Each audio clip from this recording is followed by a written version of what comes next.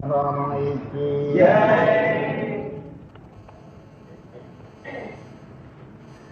மனிதன் ஞானேந்திரியங்கள் 5, கர்மேந்திரியங்கள் 5, 10 இந்திரியங்களை உடையவனாக இருக்கின்றான். ஞானேந்திரியங்களுள் கண்ணும் காதும் முக்கியமானவைகள். இவ்விரண்டினுள் காதை விட கண் சிறந்ததாக இருக்கின்றது. அதை முன்னிட்டு அம்பிகைக்கு அமைந்துள்ள சில நாமங்கள் பெரிய தத்துவம் புதைந்தவர்களாக இருக்கின்றன. திரையம்பகி முக்கண்ணை உடையவள், திரிநயனா முக்கண்ணை உடையவள், திரிலோச்சனா முக்கண்ணை உடையவள், ராஜீவலோச்சனா மான்விழியாள், மான் கண் போன்று அம்பிகை கண் படைத்திருக்கின்றாள். மான் எடுத்து கபடம் சூது கிடையாது, உள்ளதை உள்ளபடி பார்க்கின்றது. அப்படி அன்னை பராசக்தி பார்வையில் தன்னிடத்தில் தோன்றி வந்த ஜெகத்தை உள்ளதை உள்ளபடி பார்த்து கொண்டிருக்கின்றாள். அப்படி பார்க்கின்ற அம்பிகை முக்கண்ணை உடையவளாக இருக்கின்றாள் என்று சொல்லுகிற இடத்து சிவனாருக்கு அதே கோட்பாடு, கணபதிக்கும் அதே கோட்பாடு. முக்கண்ணை உடையவர்களாக கணபதி, சிவன், அம்பிகை 3 இருக்கிறார்கள். கண்ணன் என்று சொல்லுகிற இடத்து கிருஷ்ணனை குறிக்கின்றது. கிருஷ்ணனை குறிக்கின்ற பொழுது ஞானக்கண் ஊனக்கண் மயமாக ஒரே கண் அவனுக்கு அமைந்திருக்கின்றது. அவன் காண்பதெல்லாம் பரதத்துவத்தை உள்ளபடி காண்கின்றான். அன்னை பராசக்தி, சிவனார், கணபதி கண்மேல் ஒரு கண்ணுடையான் என்று சொல்லுகிற இடத்து ஊனக்கண் 2 பிரபஞ்ச காட்சிக்காக, நெற்றிமேல் இருக்கிற கண் ஞானக்கண்ணாக பரதிருஷ்டிக்காக, பரத்தையும் இகத்தையும் சரியாக பொருள்படுத்துவதுதான் ஞானமாகிறது. க்ஷேத்ரஜோ ஞானம் எத்தத் ஞானம் மதம் மமா, கிருஷ்ண பரமாத்மாவுடைய வாக்கு. ஞானம்ங்கிறது என்ன? க்ஷேத்திரமாக இருக்கிற பிரகிருத்தியை உள்ளதை உள்ளபடி அறிய வேண்டும். க்ஷேத்திரிக்கனாக இருக்கின்ற ஆத்மஸ்வரூபத்தை உள்ளதை உள்ளபடி அறிய வேண்டும். இது ரெண்டையும் சேர்த்து அறிகின்றதான் நிறைஞானமாகின்றது.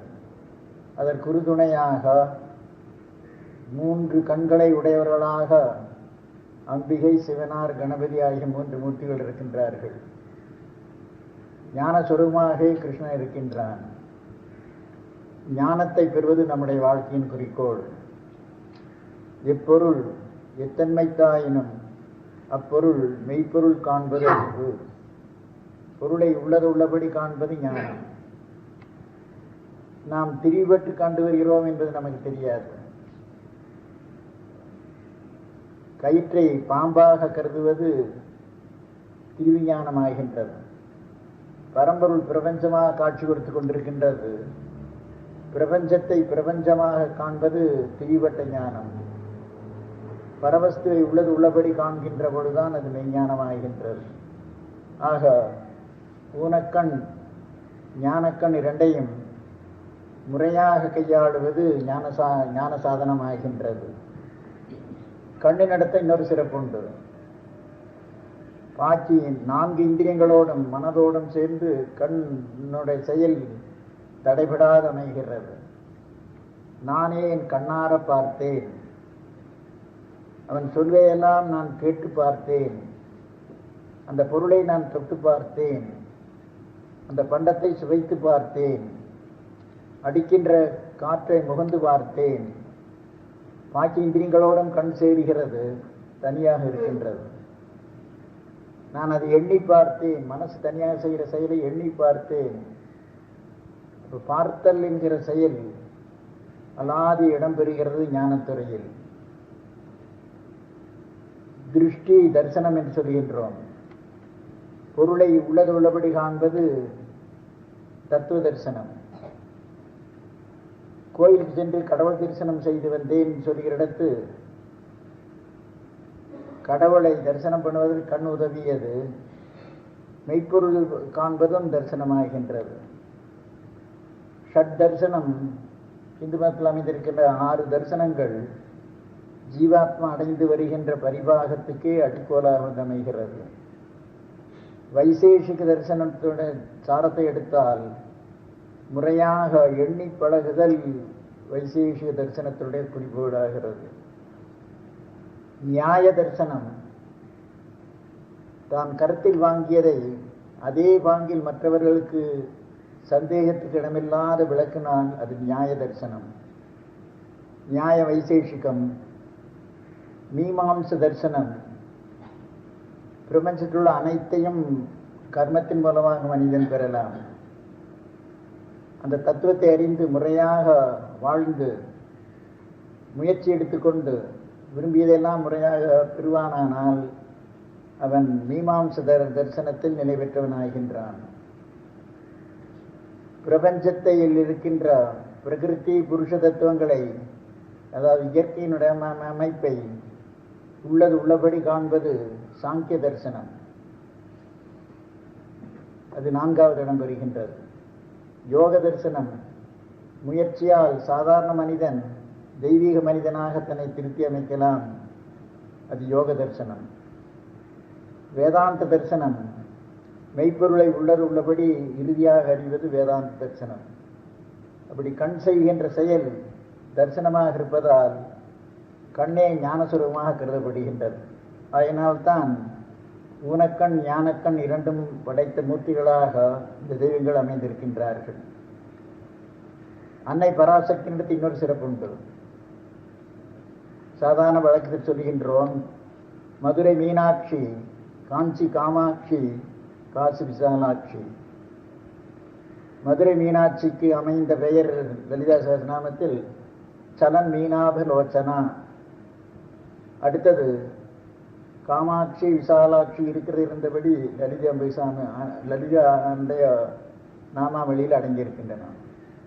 இந்த மூன்றனுள் மீனாட்சி விசாலாட்சி தத்துவத்தின் விளக்கம், காமாட்சி ஆத்மசாதனுக்கேற்ற கோட்பாடுகள் எல்லாம் அமைந்திருக்கின்றன. மீனாட்சி என்று வருகிற இடத்து மீனினுடைய கண்ணை உடையவள். மீன் கண் இமைப்பது கிடையாது. தூங்குகின்றவளும் விழித்திருக்கின்றவளும் கண் விழித்தபடியே இருக்கின்றது. செத்துப்பான கருவாடை பார்த்தாலும் மீன் கண் திறந்தபடியே இருக்கும். மீன் எப்படி கண் மூடுவதில்லையோ அப்படி ஆத்மா என்றைக்கும் உறங்குவது கிடையாது. உண்ணாது உறங்காது இருந்தாய் போற்றி. உறக்கமே ஆத்மா கிடையாது. நித்திய ஜாக்கிரதா அவஸ்தையில் ஆத்மா இருப்பதால் அதற்கு விளக்கமாக அம்பிகை மீனாட்சி என்கின்ற மீன் கண்ணை படைத்தவளாக இருக்கின்றாள். பிரளய காலத்திலும் பிரபஞ்செல்லாம் ஒடுங்கி போகின்றது. ஜீவர்கள் எல்லாம் தோன்றா நிலைக்கு போகின்றார்கள். அந்த கல்பத்துக்கும் பிரளயத்துக்கும் சாட்சியாக அன்னை பராசக்தி சான்று யாண்டும் இருந்து வருகின்றாள். அந்த கோட்பாடு நம்மிடத்து அமைந்திருக்கிறது என்பதை அறிந்தால் சாதனத்துக்கு பெரிய துணை புரியும். ஜாக்கிரதா அவஸ்தையில் ஊனக்கண் கொண்டு உலகை காண்கின்றோம். சொப்பனாவஸ்தையில் மனக்கண் கொண்டு அதே உலகத்தை காண்கின்றோம். சீர்விக்கு நாம் பலர் அறிய கிடையாது. ஊனக்கண் பயன்படுவதற்கு நிகராக கிட்டத்தட்ட ஞானக்கண்ணுக்கு நிகராக இருக்கிற மனக்கண்ணை கொண்டு சொப்பனாவஸ்தையில் உள்ள உலகையெல்லாம் காண்கின்றோம். ஜாக்கிரதாவஸ்தையில் பார்க்கிற சூரியன் நமக்கு புறம்பானதாக இருக்கின்றது. சொப்பனத்தில் காண்கின்ற சூரியன் நம்ம மனதில் சிருஷ்டிக்கப்பட்டது, மனத்துக்கு புறம்பானதல்ல. மனம் தோற்றுவித்த உலகை மனதே கண்டு வருகிறது. அது கிட்டத்தட்ட ஞான கண்ணுக்கு நிகராகின்றது. சுஷுப்தியில் பாஹ்ய உலகம் இல்லை, தானாக சிருஷ்டி பண்ணி கொண்ட அந்தரங்க உலகம் இல்லை. தன்னுடைய ஜீவக்கியம் போகின்றது. ஆனால் ஆத்மஸ்வரூபம் விழிப்பட்டு உறங்குவது கிடையாது. அதுக்கு பிரமாணம் என்ன? நன்றாக தூங்கினேன், ஒன்றும் தெரியவில்லை. நன்றாக தூங்குவது ஒன்று, தனக்கு புறம்பாக ஒன்றுமில்லை, தான் மட்டும் இருந்த ஆத்மா தன்னுடைய அனுபவத்தை சொல்லுகிறது. தன் சொருவை தவிர வேறொன்றும் இல்லை, நான் ஒன்றையும் காணவில்லை, ஒன்றும் இல்லைங்கிறதுக்கு பதிலாக அப்படி சொல்லுகின்ற சொல் விழித்திருந்த நான் வேறொன்றையும் அறியவில்லைங்கிற பொருள் படுகின்றது. 4-5 வீதிகள் சந்திக்கிற பட்டணத்தில் நடுஇரவிலே போலீஸ்காரன் காவல் இருக்கின்றான். நிற்கின்றபடி தூங்கிக் கொண்டிருக்கின்றான். அவன் சரியாக வேலை செய்கிறானா என்று பார்க்க வந்த சார்ஜென்ட் கிட்ட வந்து பார்த்தார். நின்று விட்டே தூங்கிக் கொண்டிருந்தான். கவனித்துட்டு பேசாத போய்விட்டார். அடுத்த நாள் காலில் விசாரிக்கிறார். சரியாக கடமை பார்த்தாயா? பார்த்தேன். நினைச்சுப்பா, சரியா சொல்லு. கொஞ்ச நேரம் தெரியா தூங்கிட்டு அப்படி என்றான். ஏனென்றால் அவன் தூங்கியதுக்கு இவன் சாட்சி. அனுபவத்தை தான் எடுத்து சொல்லுகின்றோம். நாம் தூங்குவதற்கு சாட்சியாக நம்மிடத்தொன்றிருந்து நன்றாக தூங்கினேன் என்று சொல்லுகின்ற அந்த ஆத்மா தூங்குவது கிடையாது. தூங்காத நித்திய ஜாக்கிரதாவஸ்தையில் நம் ஆத்மா இருக்கின்றது. தூக்கம் உடலுக்கும் உள்ளத்துக்குமே ஒழிய ஆத்மாவுக்கு அல்ல. அது நம்மை பற்றிய உண்மை. மீனாட்சிங்கிற கோட்பாடு என்றைக்கும் விழித்த நிலையில் ஆத்மா இருக்கின்றது. சிருஷ்டி காலத்தில் விழித்திருக்கின்றது, பிரளய காலத்தில் விழித்திருக்கின்றது. கண்மூடுதல் கிடையவே கிடையாது. ஆத்மஸ்வரூபத்துக்கு சரியான விளக்கம் நித்திய ஜாக்கிரதாவஸ்தையில் அவேர்னஸ் என்று ஆங்கிலத்தில் சொல்கின்றோம், சுத்த சைத்தன்யம் என்று பரிபாஷையில் சொல்கின்றோம், பிரஜை அல்லது பிரஜானம் என்பது வேதாந்த வாக்கு. இதற்கு உறக்கம் கிடையாது. யாண்டும் எழுத்து நிலையிலே இருக்கின்றது. பிரஜை பிரஜானத்துக்கு ஜனன மரணம் கிடையாது. பிறப்பெடுத்து வளர்வது தெய்வது கிடையாது. யாண்டும் இருந்தபடி இருக்கின்றது. நாம் சிறு குழந்தைகளாக இருந்த பொழுது அந்த பிரஜானம் இருந்தபடி, இவர்கள் யுவதிகளான பொழுது அதே நிலை, காலை பருவத்தில் அதே நிலை, விருத்தாபியத்தில் அதே நிலை, மரணத்தில் அதே நிலை, ஜனனத்தில் அதே நிலை. மாறுபடுகின்ற பிரகிருதி கூறுகளுக்கிடையில் ஆத்மஸ்வரூபம் யாண்டும் கண்மூடாது விழித்திருந்து இத்தனை உபாதிகளை ஏற்று வளர்த்து வருகிறது என்றால், இத்தனைக்கு சாட்சியாக இருக்கிற ஆத்மா கண்மூடாது இருக்கிறது என்கின்ற கோட்பாட்டை மீனாட்சி என்கின்ற தத்துவம் விளக்குகின்றது. விசாலாட்சி அகன்ற கண்களை உடையவள். எந்த பாங்கில் அகன்ற கண்ணுடையவள்? எங்கும் நிறைபொருளாக பூர்ண பொருளாக பரமாத்மா இருப்பதால் அதுக்கு அதனுடைய காட்சிக்கு அப்பாற்பட்டது ஒன்றும் இல்லவே இல்லை. கடவுளுடைய காட்சிக்கு அப்பால் ஒன்றும் இல்லவே இல்லை. 7 ஞான பூமிகளில் எந்த உலகத்தில் எது இருந்தாலும் அது இறைவனுடைய காட்சியில் இருக்கின்றது. இன்னும் ஆழ்ந்து ஆராய்ந்தால் அகண்டமாக பூர்ணமாக இருக்கிறது பிரஜை பிரஜானம். அதுதான் உண்மையான கண். சைத்தன்யம் என்று சொல்லுகிற இடத்து விழிப்பு நிலை. தான் இருப்பதை தானே எது அறிகின்றது? சைத்தன்யம். ஜடவஸ்து தான் இருப்பதை தானே அறிவதில்லை. சேதனம் உயிர் வகைகள் தான் இருப்பதை தான் அறிகின்றன. தான் இருப்பதை தான் அறிவதில் உள்ள பாகுபாடு தான் வெவ்வேறு ஞான பூமி என்று பெயர் பெறுகின்றது. உறக்கத்தில் நம்முடைய ஜீவியத்தை அறிந்தும் அறியாத நிலையில் இருக்கின்றோம். சொப்னாவஸ்தையில் மங்குன பாங்கில் உணர்கின்றோம். ஜாக்கிரதா அவஸ்தையில் அதைவிட தெளிந்த நிலை, தியான அவஸ்தையில் அதைவிட தெளிந்த நிலை, நிரூப சமாதியில் மூலநிலை இருந்தபடி அறிந்தல். அப்புறம் பார்த்தல் என்கின்ற செயல் படித்தரத்துக்கு ஏற்ற பிரகாரம் வெவ்வேறு ஞான பூமி என்று பெயர் பெறுகின்றது. விசாலாட்சியாக இருக்கிற பரவஸ்து எங்கும் வியாபகமாக நித்திய ஜாக்கிரதாவஸ்தையிலே சுத்த சைத்தன்யமாக இருந்து யாண்டும் இருந்தபடி இது மூலப்பொருளாக இருக்க, அதன் மீது ஜகத்தும் ஜீவனும் தோன்றி இருந்து ஒடுங்குகின்றன. மூலப்பொருளாக சிதாகாசமாக அன்னை பராசக்தி இருக்கின்றாள். ஜடாகாசத்துக்கு நிகராக சிதாகாசம் அல்லது சிதம்பரம் என்று சொல்லுகிற இடத்து அறிவு பெருவழி, அதன் மூலநிலை. அது கண்ணு கெட்டானால் சிதம்பர ரகசியம், பஞ்சேந்திரியங்களுக்கு எட்டாதது, ஆயினால் சிதம்பர ரகசியம். தன்னில் தானாய் தன்னுடைய வருவித்து கொண்ட உபாதிகள் உடல் உள்ளவைகளெல்லாம் ஒதுக்கி வைத்துவிட்டு ஆத்மா தன்னில் தானாக இருக்குமானால் அது சிதாகாசத்தில் ஒன்றுபடுகின்றது. விசாலாட்சியினுடைய முழு மகிமை அங்குதான் விளங்குகின்றது. விசாலாட்சி என்கின்ற சொல் மூலப்பொருளாக இருக்கின்ற அகண்ட சைத்தன்யமாக இருக்கின்ற சிதாகாசம் சிதம்பரத்துக்கு விளக்கமாக இருக்கிறது.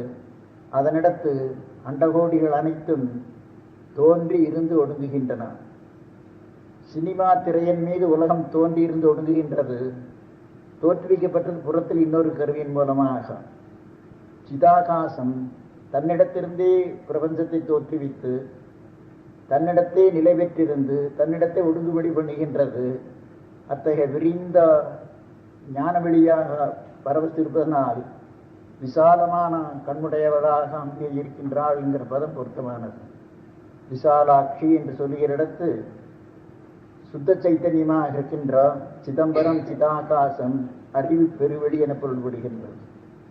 இனி காமாட்சி என்று சொல்லுகிற இடத்து ஜீவர்களுக்கும் அம்பிகைக்குள்ள தொடர்பு சாதனங்களை என்னென்ன பாங்கில் கொண்டு செலுத்த வேண்டுகிற கோட்பாடெல்லாம் காமாட்சி என்கின்ற சொல்லில் வந்து அடங்குகின்றன. ஜீவர்கள் விரும்புகிற விருப்பங்களை எல்லாம் நிறைவேற்றி வைக்கின்றவள் காமாட்சி. மீனாட்சி நித்திய ஜாக்கிரதாவஸ்தையில் இருப்பவள். விசாலாட்சி அகண்டமாக இருக்கின்ற அறிவு பெருவெளியாக இருப்பவள். காமாட்சி தன்னிடத்திலும் தோன்றி வந்த ஜகத்தையும் ஜீவனையும் காண்போனாக இருக்கிற காண்போன் திருக்கு திருசியம் என்று சொல்லிட்டு எடுத்து திருக்காக மீனாட்சி இருந்து கொண்டு திருசியமாக இருக்கின்ற ஜகத்துக்கும் ஜீவனையும் கையாளுவதற்கிடையில் அந்தந்த ஜீவாத்மாவுக்கு தேவையாக இருப்பதையெல்லாம் கொடுத்து உதவுவதால் காமாட்சி என்கின்ற பெயர் பெறுகின்றாள். உயிர் வகைகள் ஸ்தாவர ஜங்கமமாக தோன்றி வருகிற உயிர் வகைகள் அந்தந்த உயிர் அதனதன் நிலையில் விரும்பியதை ஒருவாறு பெற்று வருவதனால் வாழ்க்கையில் பற்றுதல். நாம் நாடுகிற நாட்டம் ஒன்றுமே நிறைவேறவில்லை என்றால் வாழ்வில் என்ன பிரயோஜனம் என்று சலிப்பு தட்டுவிடும். வாழ்வில் நமக்கு ஏன் சலிப்பு தட்டாது எத்தனை கோடி பிறப்பு வேண்டும் என்றால் எடுத்து ஆயத்தமாக இருக்கின்றோம். நாம் விரும்புவதெல்லாம் ஒரு அளவில் வாழ்க்கையில் பெற்று வருகின்றோம். சின்ன வயதிலிருந்து முதுமை வரையில் ஒவ்வொரு ஜீவனும் ஆசைப்பட்டான், முயற்சி பண்ணினான். ஆசை பெரும்பாலும் நிறைவேறுவதால் வாழ்க்கையில் பெற்றுதல். ஒரு ஆசை நிறைவேறுவதில் என்றால் விரக்தி சலிப்பு தட்டுவிடும்.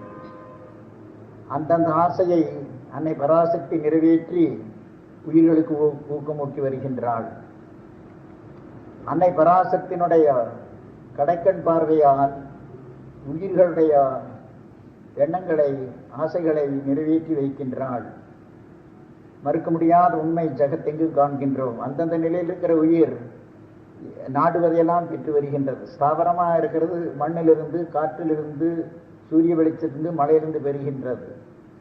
அப்படி ஜங்கமமாக வருகிற ஒவ்வொரு உயிரும் அதது விரும்புகிற விருப்பம் ஓரளவு நிறைவேறுவதால் வாழ்க்கை பற்றே உண்டாகிறது. மனிதன் அம்பிகையிடம் எதை கேட்பது என்பதை பற்றி அறிந்திருப்பது முற்றிலும் அவசியமாகிறது. கேட்டதையெல்லாம் அம்பிகை வழங்கினால் இவன் பெரும்பாலும் விருத்தியடைய மாட்டான். ஷேக்ஸ்பியர் சொன்ன கோட்பாட்டில் கடவுளை கிருபை என்ன, மனிதன் விரும்பியதெல்லாம் கடவுள் நிறைவேற்றி வைப்பதில்லை, அவருடைய கிருபை. இவன் கேட்டதெல்லாம் நிறைவேற்றி வைத்தால் தான் தொட்டதெல்லாம் தங்கமாக வேண்டும் ஒருவன் கேட்டான். அந்த எண்ணம் கொடுக்கப்பட்டது. பிறகு திண்டாடி போய் தப்பிச்சால் போது என்று வந்தது. தெய்வத்திடத்து எதை கேட்பது, எதை கேட்கலாகாது என்பதை மனிதன் பெரும்பாலும் அறிந்தவன் அல்லன். சிற்றுயிரில் கேட்பதெல்லாம் அந்த ஜீவனோபாயத்துக்கு மட்டும்தான். மனிதனுடைய ஆசைக்கு ஒரு அளவில்லை. இவன் போடுகிற திட்டங்களெல்லாம் மிக மிக பெரியவைகளாக இருக்கின்றன. இவன் கேட்டதெல்லாம் தெய்வம் கொடுத்தால் இவன் அழிந்து விட்டு போவான். ஆகினால் தானே விவேகம் படைத்தவனாக இருந்து தெய்வத்திடத்தில் எதை கேட்க வேண்டும், எதை கேட்கலாகாது என்பதை அறிந்திருப்பது முற்றிலும் அவசியமாகின்றது. ஒரு உபமான கதையில் பரமசர் சொல்லுகின்றார் இதை.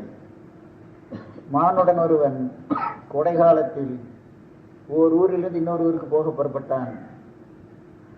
நண்பகல் வருகின்ற பொழுது தாங்க முடியாத வெயில், தாங்க முடியாத தாகம், பசி.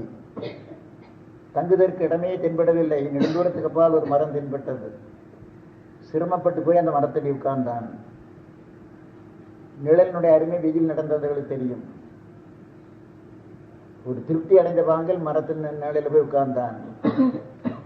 பருகுவதற்கு நல்ல ஜலம் கிடைத்தால் நன்றாக இருக்குமே என்று எண்ணினான். பருகுவதற்கு ஜலம் வந்து விட்டது, தாகம் அடங்கியது. அருந்துவதற்கு நல்ல அறுசுவையோடு உணவு கிடைத்தால் நன்றாக இருக்கும் என்று எண்ணினான். அறுசுவையோடு உணவு வந்து விட்டது. உணவை அறிந்து பசி போனது, தாகம் போனது. சிரம பரிகாரம் பண்ணிக்கொண்டு கொஞ்சம் ஒரு படுக்கையும் பாயும் தலையணை கிடைத்தால் நல்லது என்று எண்ணினான். படுக்கை கிடைத்து விட்டது. கால் நீக்கி படுத்தான். புழுக்கமாக இருக்கிறது. விசில் வீசது கால் இருந்தால் வசதியாக விசில் வீசது கால் வந்து விட்டது. பயந்து தூங்கினான். விடிந்தெடுத்து நாலாவாக்கும் பார்த்தான். மனிதர் ஒருத்தருமில்லையே. புலி வந்து பிடித்தால் என்ன என்றுதான் புலி வந்து பிடித்து விட்டது. புலி வந்து பிடித்து விட்டது. அவன் உட்கார்ந்திருந்தது கல்ப விருட்சம். அது அவனுக்கு தெரியாது. கல்ப விருட்சத்தடியிலிருந்து மனிதன் எதை விரும்புகின்றான் அதை பெறுகின்றான். கடைசியாக மனிதன் உலகத்தில் விரும்பியதெல்லாம் பெறுகின்றான். விருத்தாபி வந்து விட்டதை நீ மரணம் வருமே என்று சொல்லி மரணம் வந்து விடுகிறது. புலி வந்து பிடிப்பது என்பது மரணம் வந்து விழுந்தது. இது எல்லா மனிதருக்கு நிகழ்ந்து வருகின்றது. ஆயினால் மனிதன் என்ன செய்ய வேண்டும்? பாசாடவிக்குள்ளே செல்லாதவர்க்கு அருள் படுத்தொழுது தேவதருவே. இந்த கற்ப விருட்சத்தையே தேவதரு என்று தாய்மானம் சொல்கின்றார். பாச அடவிக்குள்ளே செல்லாதவர்க்கு அருள் பழுத்தொழுது தேவதருவே.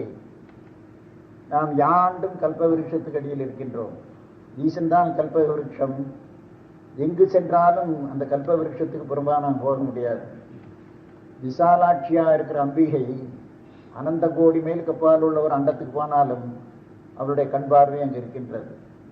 ஈசன் எங்கு நிறைபொருளாக இருப்பதால் அவனுடைய சாநித்தியத்துக்கு புறம்பாக நாம் எங்கும் இல்லை. ஆகினால் உயிர் வகைகளாக நாம் அனைவரும் கல்பக விருட்சம் கல்ப தருவாக இருக்கின்றோம். ஈசன்கிற மரத்தடியில் இருக்கின்றோம். நாம் விரும்புவதை ஓரளவு நிறைவேற்றி வைத்துக் கொண்டே கடவுள் வருகின்றார். பாச அடவிக்குள்ளே செல்லாதவர்க்கு அருள் பழுத்தொழுது தேவதருவே. கல்பவிருஷமாக இருக்கின்ற பரமன் எதை விரும்பினால் அதை தருகின்றார். விரும்பாத நிலையில் எதை தருகின்றார்? விரும்பாத நிலையில் தன்னுடைய சொரூபத்தை கொடுக்கின்றார். பக்தனுடைய பாங்கு எத்தகையது? பக்தன் தெய்வத்திடம் தன்னை ஒப்படைக்கின்றான். தெய்வத்திடம் தான் ஒன்றும் கேட்பதில்லை. இது இன்னொரு அருமையான உபமான கதையில் பரமசர் சொல்லுகின்றார். நல்ல வேலைக்காரன் ஒருவன் பணக்காரன் சென்றான். ஜீவனோபாயத்துக்கு வழி ஒன்றுமில்லை, எனக்கு ஏதாவது வேலை போட்டு தாருங்கள். என்ன வேலை செய்வாய்? கொடுத்த வேலையை செய்கின்றேன். சம்பளம் என கேட்கின்றாய்? கொடுத்ததை வாங்கிக் கொள்கின்றேன். இந்த காலத்தில் லேபர் அப்படி சொல்ல மாட்டார்கள். எத்தனை மணி நேரம், இடையில டீ உண்டா, இதெல்லாம் கேட்டு வேலைக்கு வருவார்கள். கொடுத்த சம்பளத்தை வாங்கிக் கொள்கின்றேன், கொடுத்த வேலையை செய்கின்றேன். சரி, ஒரு மாதம் பார்த்து சம்பளம் போடலாம் என்று அவனுக்கு வேலை கொடுத்தார். வேலை ஒழுங்காக நடைபெறுகிறது. மேல்பார்வை தேவையில்லை, ஒழுங்காக வேலை நடைபெறுகின்றது. பார்த்தார் பணக்காரன். 100 ரூபா தரலாம், எடுத்து 100 ரூபா தரக்கூடாது. 80 ரூபா கொடுத்தார்.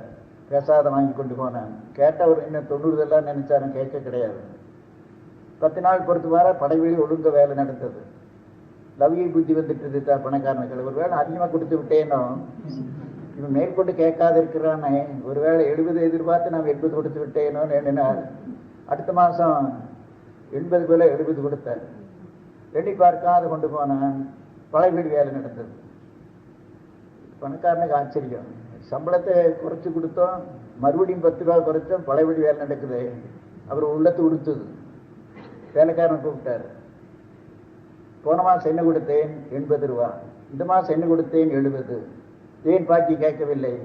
நான் தான் இஷ்டமான தருன்னு சொன்னேன், நான் கேட்க மாட்டேன்னு சொன்னான். அப்படி சொன்ன உடனே, ஓ, இவனை காப்பது நம்முடைய பொறுப்பு என்று எண்ண மாறியது. யாதனின் நீங்கியான் நோதல் அதனின் இளன். பிரகிருதி சம்பந்தமாக நாம் தேடிக்கொண்டு போக தரித்திரர்களாகின்றோம். வேண்டாம் என்று ஒதுக்க நம்மை தேடியது வருகின்றது. நீங்கள் கொடுத்ததை வாங்கிக் கொள்கிறேன்னு சொன்னால் நான் கேட்க மாட்டேன்னு சொன்னான். முதல்ல நவிய புத்தியில் என்ன மனிதனுக்கு பரந்த எண்ணம் வந்து விட்டது. இவன் ஆசைப்படாதவன் இவன் கைதூக்கி விடுவது நம்முடைய கடமை. உலக மக்களுக்கு இந்த நிலை என்றால், பரமன் இதற்கு மேல் பெரிய பக்தனடாகப்பட்டு கொண்ட நிலையில் இருக்கின்றார். பக்தன் தன்னுடைய அனைத்தையும் தெய்வத்துக்கு கொடுக்கின்றான். தெய்வத்திடந்து ஒன்று கேட்பதில்லை, முக்தியீராக ஒன்றும் கேட்பதில்லை. தன்னுடைய சொரூபம் முழுதையும் கடவுள் வழிபாட்டுக்கு ஒப்படைக்கின்றான். அங்கிருந்து கேட்பது ஒன்றும் இல்லை. கேளாத நாள் இறைவன் கடமைப்பட்டவனாகின்றார். அன்றே எந்தன் உடல் உடைமையெல்லாம் குன்றே எனையா என்னை ஆட்கொண்ட போதே கொண்டிலையோ இன்று ஒரு இடையூறு எனக் கொண்டோ எந்தோள் முக்கன் எம்மானே நன்றே செய்வாய் பிழை செய்வாய் நானோ இதற்கு நாயகமே. என்னுடைய திருகரணங்களை உன்னிடத்து ஒப்படைத்து விடுகின்றேன்.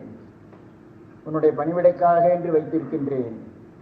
எனக்கென்று தேடுவதற்கு ஒன்றுமில்லை. என்னுடைய சொரு முழுதும் உன்னிடத்து ஒப்படைப்பது என் கடமை. நீ என்னை வைத்துக்கொண்டு நன்றே செய்வாய் பிழை செய்வாய் நானோ இதற்கு நாயகமே. பக்தனுடைய வாக்கு. கடவுள் என்ன பண்ணுகின்றார்? ஒன்றும் கேளாதவன் இவனுக்கு ஏதாவது கொடுத்தாக வேண்டும். என்ன கொடுக்க வேண்டும்? கடவுளத்திற்கு அவருடைய சொரூபத்தை தவிர வேறொன்றும் இல்லை. இந்த நிகழ்ச்சி எதற்கு நிகர்? வானத்திலிருந்து மழைத்துளி ஒன்று கீழே வருகின்றது. அது காஞ்சி கிடக்கிற நிலத்தை விழுந்தால் தன்னுடைய வியக்தியை இழக்கின்றது. சமுத்திரத்துக்குள்ள விழுந்தால் கொடுத்தது தன்னை ஒரு துளி சமுத்திரத்தினிடத்து. அது பெற்றது என்ன? தந்தது உந்தன்னை கொண்டது எந்தன்னை சங்கரா ஆறுகோள் சதுரர். இறைவன் என்ன பண்ணுகின்றார்? அவன் பித்தன் சொன்னது பொருத்தமானதாச்சது. பண்டமாற்றுதலில் இரண்டு பொருள் சமனாக இருக்க வேண்டும். அல்லது கெட்டிக்காரனா இருக்கின்றவன் கொஞ்சம் பெரிய பொருளை பெற்று சிறியது பண்டமாற்று கெட்டிக்காரன். இறைவானி சரியான பித்தன். தந்தது உந்தன்னை கொண்டது எந்தன்னை சங்கராறுகள் சதுரர். நீ அகண்ட வஸ்து, நான் அல்ப வஸ்து. உன்னை கொடுத்து என்னை வாங்கினாய், யாதுகோல் நீ பெற்றது என்பால். இப்படி பண்டமாற்று நீ பெற்றது என்ன ஒன்றுமில்லை. அந்த ஒன்றில் ஆனந்தம் நான் பெற்றேன். இது முடிந்த நிலை. இதை முன்னிட்டு பக்தன் பாடுபடுவதல்ல, தன்னை ஒரு கருத்தும் எதிர்பாராது தெய்வத்துக்கு ஒப்படைப்பது. அப்ப காமாட்சியாக அன்னை பராசக்தி இருக்கின்றாள் என்றால், காமேஸ்வரனாக சிவனார் இருக்கிறார் என்றால், கேட்டதையெல்லாம் தருகிறார் என்றால், பக்தனுக்கு கேட்பதற்கு ஒன்றுமில்லை. தன்னுடைய சொரூபம் முழுதும் தெய்வத்துக்கு கொடுப்பது அவனுடைய குறிக்கோள். கடன்பட்டவர்கள் உலகத்தில் திண்டாடுகிறார்கள். கடவுள் பக்தனிடத்து கடன்பட்டனாகின்றார். ஏனென்றால் அனைத்தையும் கொடுத்திருக்கின்றான், திருப்பி கேட்பது கிடையாது. கைமாறாக தம்மையை கொடுக்கின்றார். இது பரதத்துவம் என்றால், வாழ்க்கை தத்துவம் என்றால், கடவுளத்தை எதை கேட்பது? நாம் பிரார்த்தனை பண்ணுவதில் நம்முடைய பரிவாகம் விளங்குகின்றது. பிரார்த்தனை பண்ணுகின்றோம் கடவுளிடத்து நம்முடைய பரிவாகத்துக்கு ஏற்ற பிரகாரம். பக்தன் என்ன பண்ணுகின்றான்? பிரார்த்தனையில் என்னை ஏற்றுக்கொள் என்று சொல்லுகின்றான். அங்கிருந்து ஒன்று கேட்பதில்லை. வேலைக்காரன், அந்த லௌகிக இந்த பணக்காரனோடு வேலை செய்தவன் வேலை செய்தான், சம்பளத்தை பற்றி பேச்சு கிடையாது. பக்தன் தன்னை தெய்வத்துக்கு கொடுக்கின்றான், தெய்வத்திடத்து ஒன்று கேட்பதில்லை. காமேஸ்வரியாக மீனா காமாட்சியாக அம்பிகை இருக்கின்றாள். அம்பிகை எடுத்து நாம் எதை கேட்பது?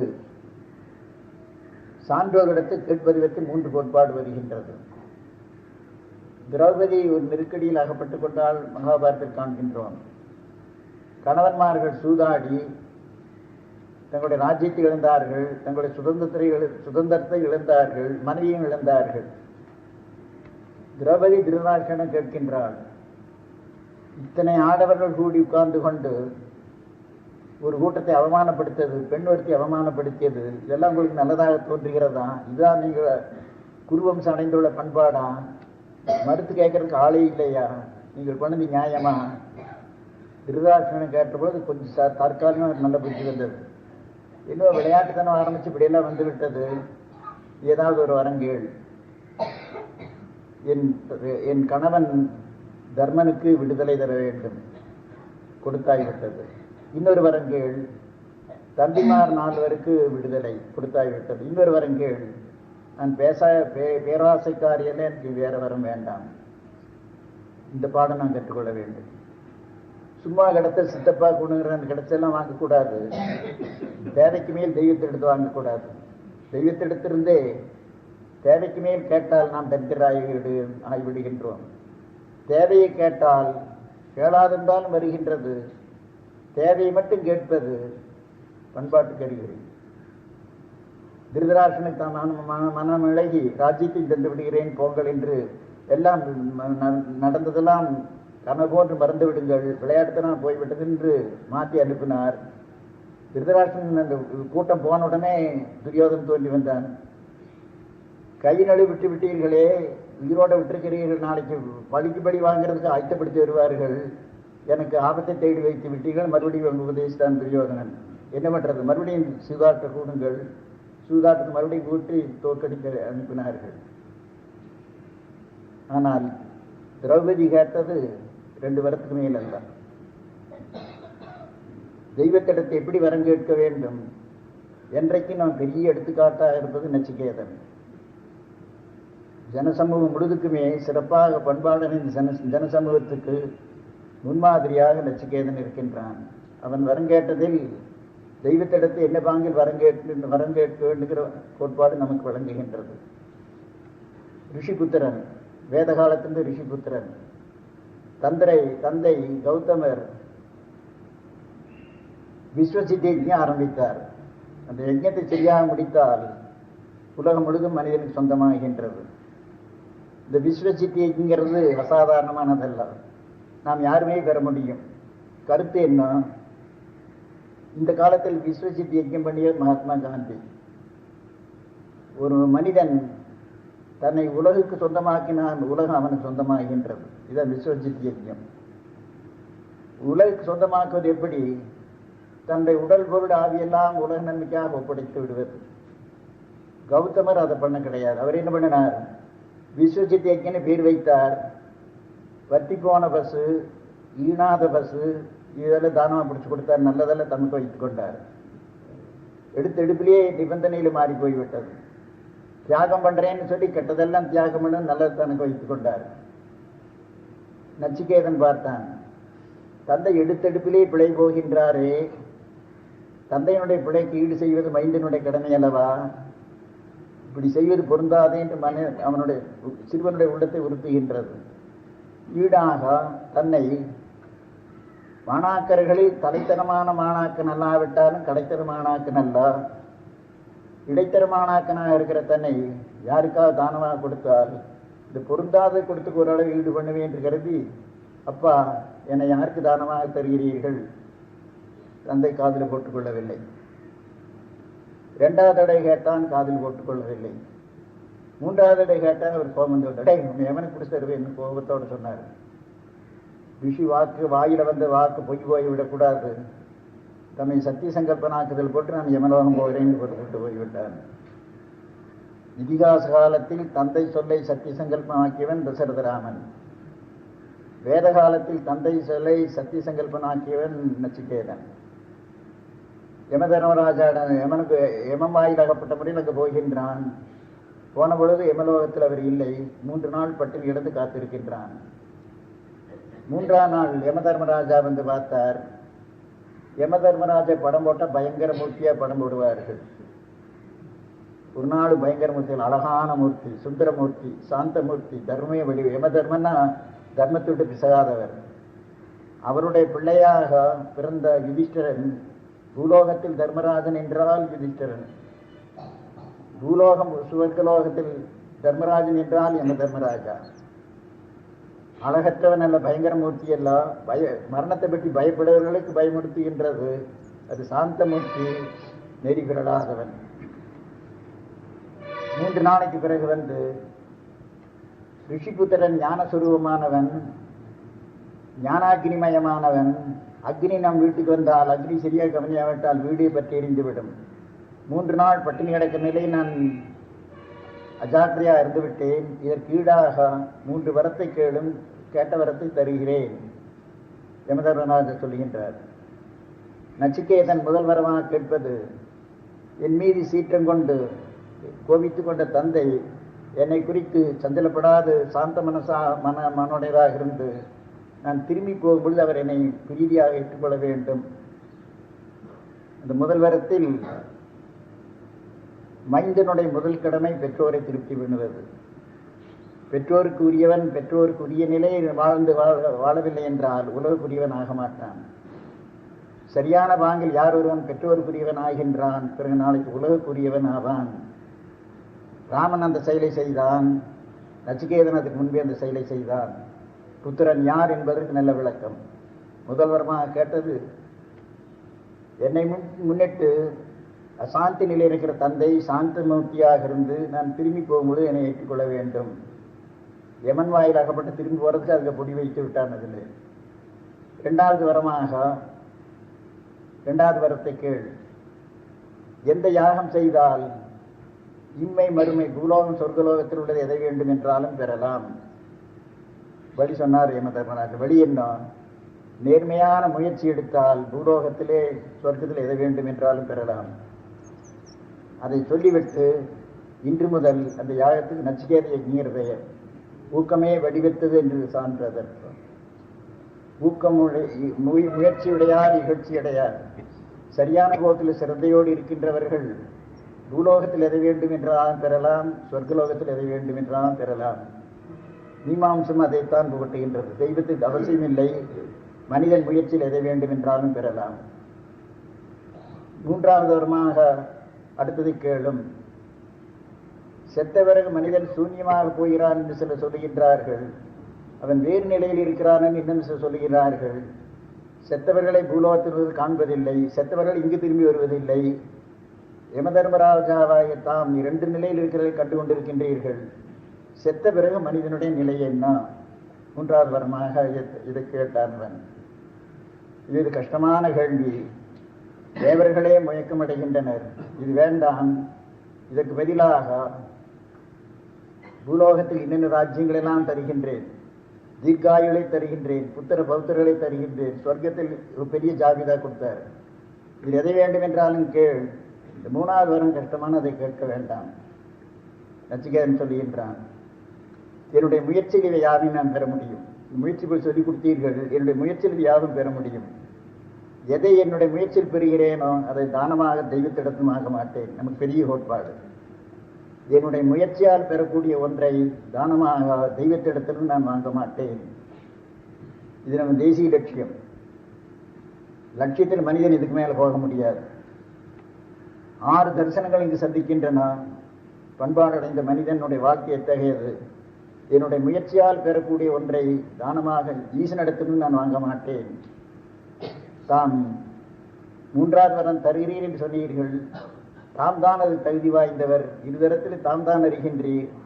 தம்மிடத்தில் வந்து இது வாங்காது ஏதோ அல்ப சுகபோகத்தை பெற்றால் பெற்றவனுக்கு இழிவு. சரியான அறிவடைத்தவன் அல்ல. தர்மராஜா திருப்தி அடைந்து தத்துவத்தை உபதேசித்தார். உபதேசம் முதல் படியிலேயே கருத்து வந்துவிடுகிறது. அந்நியத் ஸ்ரேயு அந்யுதை பிரேயஸ்தே உபே நானார்த்தே புருஷம் சுனீதகா. ஸ்ரேயஸ் என்பது வேறு, பிரேயஸ் என்பது வேறு. உலக வாழ்க்கையில் ஈடுபட்டுவதெல்லாம் பிரேயஸ். வேண்டாம் என்றதை ஒதுக்கி வைத்துவிட்டு பரநாட்டம் கொள்வது ஸ்ரேயஸ். ஒன்றை நாடுகின்றவன் மேன்மை அடைகின்றான், மற்றவன் கீழ்மை அடைகின்றான். அப்புறம் பரதத்துவத்துக்கு வருகின்றார். அப்போ காமாட்சியாக அம்பிகை இருக்கின்றாள். அம்பிகை சன்னிதானத்தில் ஏதாண்டு நாம் இருந்து வருகின்றோம். அம்பிகை இடத்தில் நாம் கேட்பது எது? உலக சம்பத்தை கேட்டால் கர்மகாண்டம், உலகப்பற்று. ஆயுளைத்தா, ஆரோக்கியத்தைத்தா, செல்வத்தைத்தா. ஆயுள் ஆரோக்கியம் இருப்பது இல்லாத 2 ஒன்று. 1 வருஷத்திலே நிறைவாழ் வாழலாம், 100 வருஷத்திலே வாழ்க்கை வீணாக போகலாம். இயற்கையில் சார்ந்திருக்கின்றது. ஈசல் காலையில் தோன்றி மாலையில் படித்து போகின்றது. மணிக்கணக்கில் தன்னுடைய நோக்கத்தை நிறைவேற்றுகின்றது. தீர்க்காயுளுக்கு அர்த்தம் நெடுங்காலம் வாழ்ந்திருப்பதல்ல, தான் வந்த காரியத்தை சீக்கிரம் நிறைவேற்றுவது தீர்க்காயுள். மாணாக்கர்களோடு பரீட்சை எழுதுகின்றவன் தலைத்தரமானவன். கொடுத்த நேரத்துக்கு முன்பே பூர்த்தி பண்ணுகின்றான் குறையில்லாத நிலையில். கடைசி ஆளுக்கு நேரம் பத்தாது, இன்னும் சரியா செய்ய முடியவில்லை. ஆயுள் போதவில்லை என்கின்றவன் விஷயம் தெரிந்தவன் அல்ல. காலத்தை சரியாக பயன்படுத்துகின்றவன் தத்துவத்தை அறிந்திருக்கின்றான். மானுட பிறவை எடுத்ததை பரீட்சித்து 7 நாளில் நிறைவேற்றின்றால் பக்கம் அடித்தவன் 1 நிமிஷத்தில் நிறைவேற்றலாம்ங்கிறது கோட்பாடு. ஆகையினால் தெய்வத்திடத்து கேட்பதில் தீர்க்காயுழைத்தாங்கிறது பொருளற்றது. ஆரோக்கியங்கிறது உடலை ஒட்டியதல்ல, மனநிலை. நல்ல மனம் படைத்தவன் என்றுக்கும் ஆரோக்கியமாக இருக்கின்றான். நோய் மனம் படைத்தவனுக்கு உடல் திண்ணீராக இருந்தாலும் உதவாதவன் ஆகின்றான். காமிய பிரார்த்தனை ஒன்றாக ஆராய்ச்சி பண்ணால் அறிஞர்கள் காமிய பிரார்த்தனை பண்ணவே மாட்டார்கள். நவீனத்தில் தோன்றிய பரமசதேவர், விவேகானந்தர், சாரதா தேவியார், இந்த 3 மூர்த்திகளும் காமிய பிரார்த்தனை பண்ணியது கிடையாது. தங்களை சார்ந்தவர்களுக்கு அதில் உற்சாகம் ஊட்டியது கிடையாது. தெய்வத்திடத்து பக்தி தானங்களை என்று கேள், ஞானத்தை தா என்று கேள், செல்வத்தை தேடு சொன்னதே கிடையாது. அவர்களும் தேடியது கிடையாது. ஒரே ஒரு சந்தர்ப்பத்திலே நரேந்திரோட வீட்டில் பட்டினி கிடக்கின்றார்கள். நரேந்திரர் வந்தார் ராமகிருஷ்ணன். பட்டினி கிடக்கினான் ஆயத்தம், செல்வமெல்லாம் போனதை பற்றி கவலை இல்லை, எனக்கு ஒரு கவலை கிடையவே கிடையாது. தாயாரும் உடன் பிறந்தவர்கள் பட்டினி கிடந்து பார்த்தால் என்னுடைய உள்ளம் பாடுகிறது. அம்பிகை இடத்தில் நீங்கள் ஒரு வார்த்தை சொன்னால் அவர்களுக்கு சுகஜீவனம் வேண்டாம், பசி நோய் போன அளவு ஏதாவது வசதி எடுத்தால் போதும், ஒரு பிரார்த்தனை பண்ணுங்கள் என்று பரமசரிடம் வந்து நரேந்திர சொன்னார்.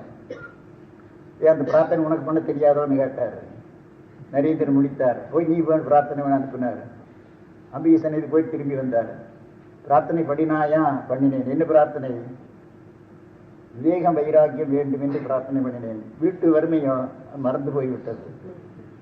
இன்னொரு தடவை போ, 2வது போய் ஞானம் பக்தி கேட்டுக்கொண்டு வந்தார். என்ன கேட்டாய்? ஞானம் பக்தி. வீட்டு வறுமையும் அங்கே போய் மறந்து போய்விட்டது. ஞாபக சக்தி அவ்வளோ மோசமானதை விரட்டி அடித்தார். அதே ஞாபகம் 3வது தடவை போனார். போயிட்டு இதை கேட்கறது வெட்கமாக இருக்குன்னு வந்தார். எதை கேட்க நீ வெட்கப்படுகின்றாய், அதை என்னை கேட்க சொல்லுகின்றாய் நியாயமானு கேட்டார். பேச்சதோடு நின்று விட்டது. ஆனால் 2 பேருடைய சங்கல்பத்தின் விளைவாக வறுமை நோய் போய்விட்டது. அது பெரியவர்கள் எண்ணத்தில் சங்கல்பத்தில் வந்தாலே போதுமானது. வறுமை நோய் போய்விட்டது. அந்த அத்தியாயம் அப்படி முடிகின்றது. இந்த 3 மூர்த்திகள் உலக கொடுத்திருக்கிற செய்தியில் காமை பிரார்த்தனை பண்ணும்படியான ஒருவரும் சொன்னதே கிடையாது. எவ்வளவுக்கு எவ்வளவு காமிய பிரார்த்தனை ஒதுக்கி வைத்துவிட்டு நிஷ்காமிய பிரார்த்தனையாகிய ஞானத்தை பெற வேண்டும், நல்வாழ்வு வேண்டும், பக்தி பெற வேண்டும் என்று கேட்கின்றவர்கள் மாண்ட ஜென்மத்தை நன்கு பயன்படுத்துகின்றார்கள். அம்பிகை சரணம் புகுந்தால் அதிக வரம் பெறலாம். சரண் புகுந்தவர்களுடைய வாழ்க்கையில் என்ன காட்டினார்கள்? மேலானதை நாடினார்கள், சிரேயசை நாடினார்கள். நச்சிகேதனுக்கு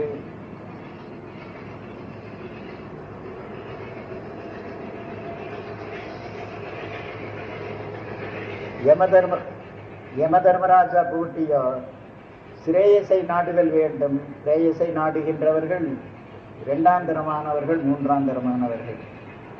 நம்முடைய முயற்சியால் பெறக்கூடியதை தெய்வத்திடத்தில் கேட்பது அது திண்ணியரானது அறிகுறி அல்ல. சமுதாயத்தில் ஒட்டுணியாக ட்ரோன்ஸாக இருப்பது அறிகுறி. நம்முடைய முயற்சியால் பெறக்கூடியதை தெய்வத்திடத்தும் கேட்கக்கூடாது. முயற்சி கைவிடாது வாழ்தல் பெரிய வாழ்வு. அதனோடு தெய்வத்திடத்து கேட்பதெல்லாம் உலகத்துக்கு அப்பால் உள்ள பெருநிலை கேட்பது பொருத்தமானது. உலக வாழ்க்கை நம்முடைய முயற்சி செயல்படுத்தக்கூடியதை இன்னொருவரிடம் கேட்பது பொருந்தாது. இப்படி பார்க்கின்ற இடத்து தெய்வத்திடத்து எதை கேட்பது என்று சரியான பாடம். இந்த பாடத்தை நல்ல முறையில் பரமசதேவர் நம்ம காட்டியிருக்கின்றார், விவேகானந்தர் காட்டியிருக்கின்றார், சாரதா தேவியார் காட்டியிருக்கின்றார். காமாட்சியாக அன்னை பராசக்தி ஜீவனுடைய எண்ணங்களை எல்லாம் நிறைவேற்றுகின்ற பாங்கில் யாண்டும் இலங்கி வருகின்றாள். கல்ப விருட்சமாக இருந்து வருகின்றாள். நாம் எங்கிருந்தாலும் கல்ப விருட்சத்துக்கு அடியில் இருக்கின்றோம். அன்னை பராசக்தியின் ஆதரவில் இருந்து வருகின்றோம். கேட்பதெல்லாம் பாரமார்த்திய பெரிய பேராக இருந்தால் அது கேட்க தகுந்தது. அத்தகைய நிலைக்கும் நம்மை தகுதியுடையவர்கள் பண்ணுவோமானால் தான் பொருத்தமானது. தாய்மான சொல்லுகின்றார், பொய் வார்த்தை சொல்லிலோ திருவருளுக்கு அயலுமால் உண்மையை நான் ஆவனந்தோ. நான் கேட்பது பொய் வார்த்தையாக இருந்தால் உன்னுடைய அருளுக்கு புறம்பாகின்றேன். உள்ளது உள்ளபடி சொல்லி நம்முடைய முயற்சியை தீவிரமாக கடைபிடித்து பக்தி ஞானம் வேண்டும் என்று சொன்னால் அது கிடைக்கின்றது. நாம் கேளாத செல்வம் கிடைக்கின்றது. ஆகினால் நிலையற்ற உலக பொருளை கேளாது நிலைவுற்று இருக்கின்றார். ஞானம் பக்தி நல்வாழ்வை கேட்க வேண்டும். இந்த மனப்பான்மை வாய்க்குமானால் மானுட ஜென்மத்தினுடைய பெரிய பேராடை பெற்றதாகின்றோம். அன்னை பராசக்தி மீனாட்சியாக இருந்து, விசாலாட்சியாக இருந்து, காமாட்சியாக இருந்து ஜீவர்களை உய்வித்து வருவதால் அவளை ஆதிக்கத்தில் இருந்து வருகின்ற நாம் அம்பிகையிடம் பெருவாழ்வை நாடுவோம், பெரிய பேராகிய தெய்வத்தை நாடுவோம். சிறியது நமக்கு நாமே பண்ணிக்கொள்ளக்கூடும். நாம் நமக்கு நாமை தேடிக்கொள்ளக்கூடியதை அங்கு கேட்கக்கூடாது. இந்த மனப்பான்மையோடு நல்ல பக்தியில் ஊறி நல்ல முறையில்